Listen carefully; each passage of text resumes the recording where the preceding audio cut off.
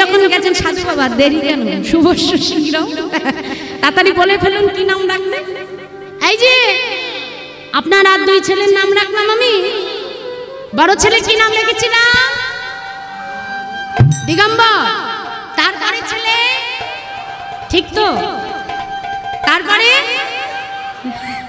বাবারাও কি সুন্দর মনে রাখছে। আমি জানতাম মায়েরা গল্পটা মন দিয়ে গেলি, এখন দেখছি বাবারাও শুনছে।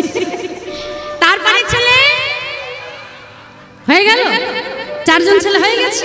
এই যে শেঠজি, তোমার বাকি দুই ছেলের নাম রাখলাম আমি। এই যে নভেম্বর আর ডিসেম্বর, নিতাই গৌর। মায়েরা ওই যে মিলাতে বলেছিল, এখন কিছু দিয়ে তাহলে মিলাতে হবে বাবা, তাই না? না হলে তো শেষ বিদায় হবে না। মিলাতে বলেছিল, মিলাতে গিয়ে শেঠজি কি করলেন, তুই ছেলের নাম রাখলেন সাধু বাবা দুটো মাসের নামে, নভেম্বর ডিসেম্বর। তা আমাদের পিতামাতারও দশা তাই না, ছেলের নাম ঝন্টু, পল্টু, নাট, বল্টু। হ্যাঁ, তা এমন সব নাম।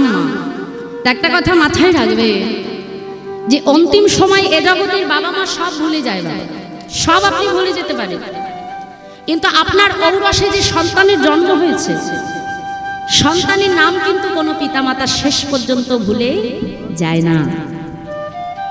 সন্তানের নাম রাখতে হয় সবসময় ভগবানের নাম। কেন মা? কারণ এই দেহ থেকে কখন আমাদের প্রাণ বেরিয়ে যাবে আমরা কেউ জানি না। সারাদিন আপনি যদি আপনার সন্তানের নামটা ভগবানের নাম দিয়ে রাখে, যদি তার নাম রাখেন মধুসূদন, সারাদিন ছেলেকে ডাকতে গিয়ে মধুসূদন মধুসূদন বলতে বলতে আপনার অজান্তেই কিন্তু নামের ভেতর থেকে আপনি নামের নামীকে স্মরণ করতে পারবে। পরম পাপী অজামিল এত বড় পাপী ছিল বাবা, যে যেখানে হরি কথা হয় তার দূর থেকে হেঁটে চলে যায়। কেন?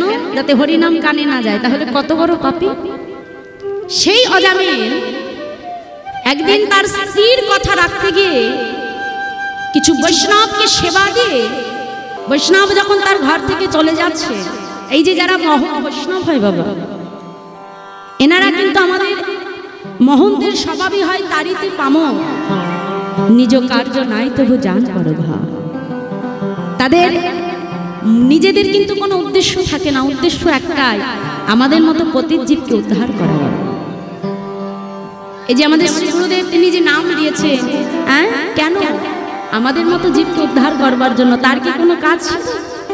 আমাদের মতো পামর জীবকে উদ্ধার করবার জন্য তারা এসেছেন, আবির্ভূত হয়েছে। তাই বলছে মহন্তের স্বভাবই হয় তারিতে পামর, নিজ কার্য নাই তবু জান পর ভাব। আজকে অজামিলকে ডেকে বলছে, অজামিল শোনো বাবা, তোমার ঘরে আমি সেবা করেছি, তাই যাবার আগে তোমাকে তো কিছু দিয়ে যেতে হয়। আমি ধ্যান যোগে জানতে পারলাম তোমার স্ত্রীর গর্ভে একটি পুত্র সন্তান রয়েছে। বাবা, আমাদের কথা যদি তুমি মেনে থেকো, তোমার সন্তানের নামটি রেখো তুমি নারায়ণ। বৈষ্ণবের কথায় সন্তানের নামটি রেখেছিল অজামিল নারায়ণ। কিন্তু সে তো পাপী মা। যখন অন্তিম সময় হয়ে গেছে, যমদূতেরা অজামিলকে নিতে এসেছে। যমদূতের ভয়ঙ্কর চেহারা দেখে অজামিল আজকে থরথর থরথর করে কাঁপছে। মৃত্যু ভয় আমরা সবাই পাই না।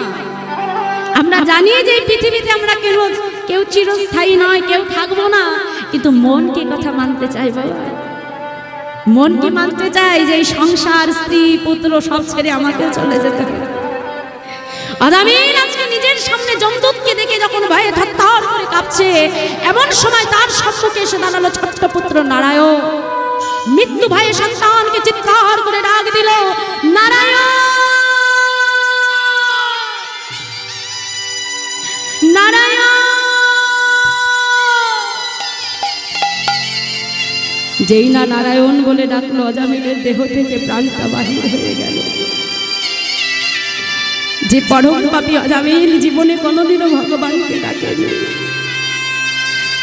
আজ পুত্রকে স্মরণ করতে গিয়ে সেই মহাপাপী অজামিল অন্তিম সময়ে ভগবানের নামকে স্মরণ করবার জন্য যার যাওয়ার কথা ছিল নরকে, সেই অজামিল আজকে চলে গেল কোথায়? গোলক বৈকুণ্ঠ ধাম। নিতাই গৌর হরি বল।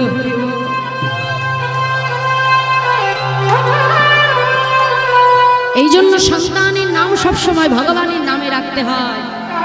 অন্তিম সময় তুমি হয়তো নাম ভুলে যেতে পারো, নামে কি ভুলে যেতে পারো, কিন্তু নিজের সন্তানকে তুমি কখনো ভুলবে না।